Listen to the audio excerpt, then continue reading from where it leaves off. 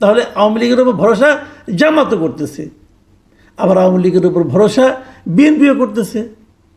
আবার নির্বাচন কমিশন আমার ধারণা বসে আছে আওয়ামী লীগের উপর ভরসা করে, যাতে আওয়ামী লীগ ভোট বর্জন না করে। আওয়ামী লীগ নির্বাচনে আসলেও আওয়ামী লীগ মূল ফ্যাক্টর, আওয়ামী লীগকে নির্বাচনের বাইরে রাখলেও আওয়ামী লীগ মূল ফ্যাক্টর। আপনি বলবেন কিভাবে? হ্যাঁ, সেটাই কথা। আওয়ামী লীগের উপর নির্ভর করবে নির্বাচনটা কেমন হবে। প্রথমত ধরেন যে আওয়ামী লীগ সিদ্ধান্ত নেয় যে আমরা কেউ নির্বাচনে ভোট দিতে যাব না, যদি এই সিদ্ধান্তটা আওয়ামী লীগ নেয়, তাহলে এই নির্বাচনে ভোটের পরিমাণ পড়বে অনেক কম, এবং এত কম যেটা নাকি আন্তর্জাতিক পর্যায়ে এই নির্বাচনের বৈধতা নিয়েও প্রশ্ন উঠতে পারে। যদি আওয়ামী লীগ সিদ্ধান্ত নেয় যে আমরা ভোট দিতে যাব না, এবং যদি আওয়ামী লীগের কেউ ভোট দিতে না আসে, তাহলে এবং ভোট না দেওয়ার পক্ষে যদি আওয়ামী লীগ তেমন কোনো কিছু কিছু কার্যক্রম করে, তাহলে কিন্তু নির্বাচনের ভোটের উপস্থিতি নিয়ে একটা আশঙ্কা তৈরি হবে।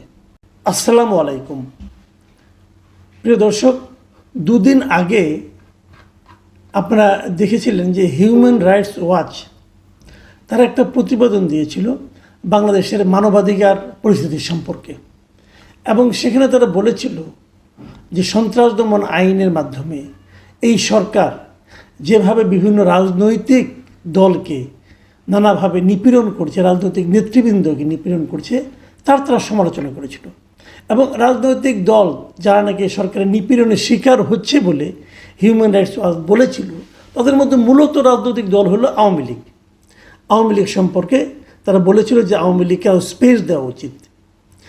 এবং সেই তাদের লেখাটা, তাদের সেই প্রতিবেদনটা শেষ হয়েছিল এভাবে যে হিউম্যান রাইটস ওয়াচের যে এশিয়া অঞ্চলের উপপরিচালক মীনাক্ষী গাঙ্গুলির একটা বক্তব্য দ্বারা।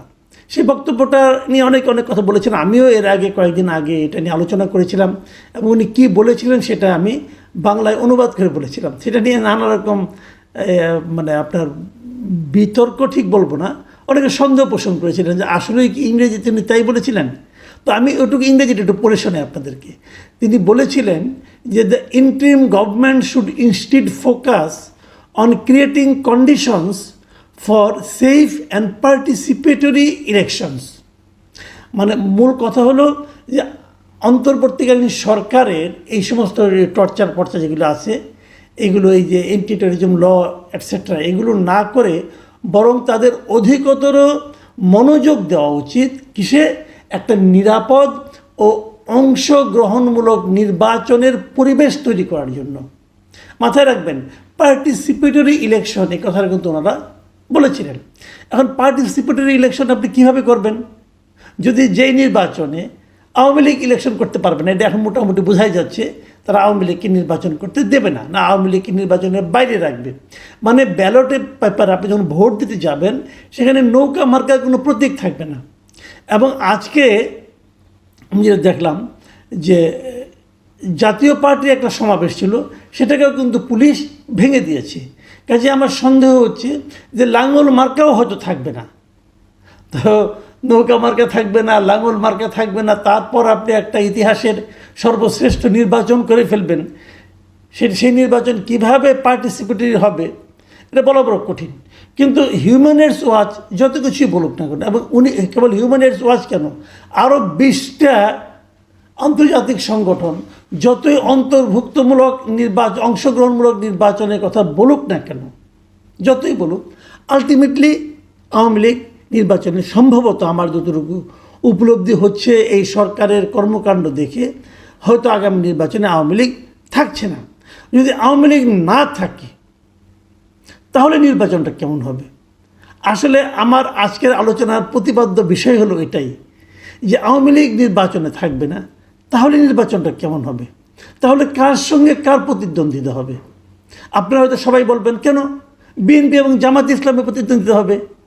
আমি যদি বিষয়টাকে ঘুরিয়ে বলি, একটা কথা ভাবুন তো, এই বাংলাদেশে যে কোনো পরিস্থিতিতে যদি নির্বাচন হয়, এখনকার বাস্তবতায় জামাত কিন্তু প্রতিদ্বন্দ্বিতা থাকার মতো কোনো দল না।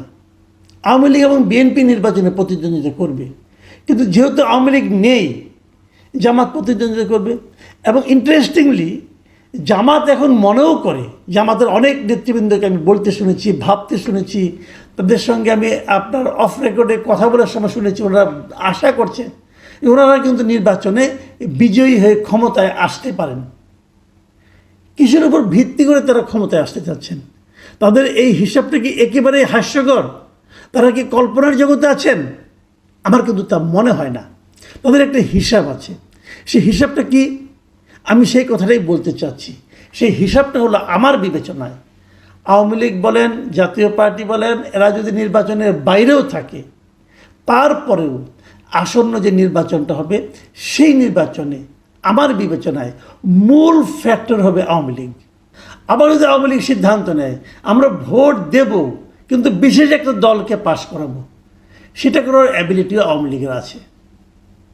মাথায় রাখবেন, আওয়ামী লীগের আসলে অনেক ভোট, যারা আওয়ামী লীগের খুব সমালোচক তারাও কিন্তু বলেন, আমি তাদের অনেককে বলতে শুনেছি, কত আর হবে আওয়ামী লীগের ভোট? 20%। এটা বলে তারা একটা তুচ্ছতাচ্ছিল্য করার চেষ্টা করে। কিন্তু ইন্টারেস্টিং হলো যে এই যে দলগুলো জামাত এবং বিএনপি, জামাত কিন্তু তাদের ভোট 20% আছে, এটা যদি ভাবতে পারতো তাহলে তো তারা নিশ্চিত হতো তারা ক্ষমতায় আসবে। জামাতের ভোট তো 10%-এর উপরে না, কিন্তু সে 10% নিয়েও তারা ক্ষমতায় আসতে চায়, স্বপ্ন দেখে। কেন? সেক্ষেত্রে যাকে আপনি তুচ্ছতাচ্ছিল্য করছেন 20% ভোট বলে, তার কতটুকু ক্ষমতা ভাবুন একবার। সেই জিনিসটাই কিন্তু জামাত কাজে লাগাতে চাচ্ছে। আওয়ামী লীগের ভোটটা যদি আওয়ামী লীগ নির্বাচনে ভোট দিতে আসে, আওয়ামী লীগের ভোটাররা যদি ভোট দিতে আসে, আওয়ামী লীগ নির্বাচনে আওয়ামী লীগের প্রার্থী থাকছে না, তারপরেও যদি আওয়ামী লীগ ভোট দিতে আসে, তখন পুরো নির্বাচনটা নির্ভর করবে আওয়ামী লীগের ভোটটা কার কাছে যাবে। দাঁড়িপাল্লায় যাবে, নাকি ধানের শেষে যাবে, নাকি অন্য কোনো মার্কায় যাবে, এই সিদ্ধান্তের উপর। যদি জাতীয় পার্টি নির্বাচনে থাকে তাহলে কি ফিরে লাঙ্গলে যাবে? সেটা কিন্তু তখন আবার আরেকটা রেজাল্ট নিয়ে আসবে। মানে সব কিছুই নিয়ন্ত্রণ করবে আওয়ামী লীগ। এটাই বাংলাদেশের রাজনীতির বাস্তবতা। আপনি মানেন আর না মানেন, এনসিপির ছেলেমেয়েরা যতই লাফালাফি করুক, ভাই এইটাই রিয়েলিটি। যারা আমার এই অনুষ্ঠান শুনছেন, যারা আমার কথা শুনছেন, তারাও জানেন এটাই রিয়েলিটি। আওয়ামী লীগ খারাপ দল, কোনো সন্দেহ নাই। আওয়ামী লীগ গত 15 বছর অনেক কিছু করে, তারপরেও কোনো সন্দেহ নাই। কিন্তু তারপরেও বাস্তবতা হলো এই দেশে একটা বিপুল জনসংখ্যা আওয়ামী লীগকে চায়। কেন চায় সে প্রসঙ্গে আমি আরেকদিন আলাপ করব। সেটা আজকে প্রসঙ্গ না, কারণ আজকে এটা নিয়ে আলোচনা করা শেষ করা যাবে না। কিন্তু এই যে আমি কথাটা বললাম, আজকে আমি বিবিসি বাংলায় একটা নিউজ পড়লাম। বিবিসি বাংলার নিউজটা শিরোনাম ছিল, নির্বাচন তৃণমূলে জামাত বিএনপি টক্কর, দুই দলের নজর আওয়ামী লীগের ভোটে।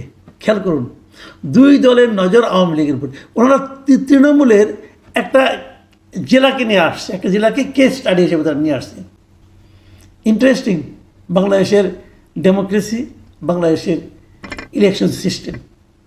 প্রিয় দর্শক, আমার মনে হয় এই অভিনব যে আপনার যে একটা অবস্থা, এটা নিয়ে মনে হয় আন্তর্জাতিক পর্যায়ে যারা নাকি রাজনীতি নিয়ে গবেষণা করেন তাদের জন্য খুব চমৎকার একটা সাবজেক্ট হতে পারে।